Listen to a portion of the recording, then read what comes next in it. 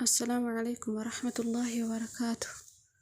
أكم نجا عملتو يراميتي آدم تيمي فولغا فنملي أبوليتين تين توني تأسرت أرجيتنتم فاتحة جرمتي قدنا أرسيلي تاتي أنا دودولا ربي الرحمة سيقول إنا لله وإنا إليه راجعون. مدامي سيتو أجيسي جاني ميديا كان رتي ديما جرا gama garee guruppii himutilleen jechuudha. Warri isiin bira qaraatu jechuu akka informeeshinii himutti rabbiin rahmati si haa godhu.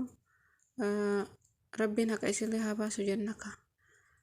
Wanni dubbannu hin jiru, namni nama kennallee dubbatus hin jiru. Du'es dhiises deengadda daa'imti wayii gasaala keessatti duutedhanii aramni muluun dachii sochooftii miidiyaa qaban hundaan televizoona gurguddarraa kaasee haga jawaala ofii harkaa qabanitti dachii sochoosanii dachii dhiphisan. Garuu immoo ruhiyaan ilma namaa kenna kuma tokko taate miliyoona tokko taate as keessatti yoo baate namni dubbatu hin jiru. Rabbi haa dubbatu. Rabbiin biratti ruhiyaan hundi walqixa. Gabaabumatti waan isinii dhaamu barbaadu kaasatan ijoolleen amma biyyarraa dhufaa jirtan of eeggannoo cimaa godhaa. Yeroon ammaa teknooloojiidha. Kaameraan bakka isin agarre kaayama. Rabbiin isin haa eegu. Of eeggannoo dhabuun immoo gaaga'ama lubbuu ofiitti irratti nama geessisa. Tolchaa of eeggannoo godhaa yoo rakkoon jiraate gizeen immoo gara biiroo irraan dhuftanii yadhaa isiniin jedha. Assalaamu alaikum. Namni akka ijoollee biyya arabaa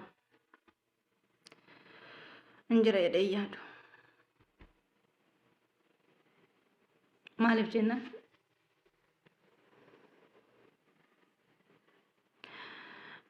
Bara haaraas tokkum kalee jirti. Ayyaana waggaatillee tokkuma kalee jirti. Ganaman kaatii mukni isaa fi feerii fi kilorisii guuratti amaam dhiixe. Amaam torba amaam saddee. Kaza mana kana hunda qulqulleessitee kaatee misaa hojjetti. Ijoollee irraa jirti. Tireenisii torbaan tokko miti. Torbaan lamaa miti. Ji'a tokko miti. Ji'a lamaa miti. Waggaa lamaa miti. Waggaa lamaa ol. Hanga waggaa jaha torbaa jechuudha. Osoo gaaf takka uffoo hin jedhin ganama kaate achumatti of agarti. Achumatti of agarti. Biqaa ani har'a itti dhagahame. Wallaahi laazim. Natti dhagahame biqaa. Yoom akka namaatti jiraanna. Yoom jireenya keenya jiraanna. Yoom ilmoota keenya guddifanna. Ijoollee ilmaan hin qabne jira. Ijoolleen heerumintu jira. Umriisii mana namaa keessatti fixxee.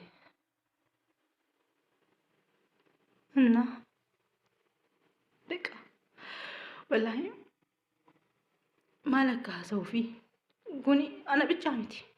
Yookaan ijoollee 12 kwal ijoollee 2 miti. Ijoollee waan ijoollee shamarran biyya arabaa jirtu hundaati. Jireenyi keenya tokkichuma. Ijoollee biyya arabaa shamarran biyya arabaa dalagaan itti ulfaattu itti salphattu jireenyi isaanii jireenyuma tokko. Suudii jirtu Dubaay jirtu jechuudha. Hunduma isaanii. Isin eegalee wallaahi biqa yoom nurraa bari'aa yoomiin ja'a bar jireenyi keenya biqa kilooriksii fi feerii wal xaabbaqee kushina namaatti maxxanii haafee namni abaarame yoo jiraate jaalattanis jibbitanis ijoollee biyya arabaati. Kisa fushaa marran wallaahi laazim taphattee hin quufiin biyyaa baate umrii asitti fixxee wallaahi maaliif yoom akkatti gabbaanee taphannee kofalluu waan gammachuu qabnu ni fakkaata. La gammachuu qabaannee deemti. Maaliif malee በቃ akkuma maraanni fi yoo dhugaa feetan sinii galee aboo rabbi nurraa jijjiiru wallaahi laazim.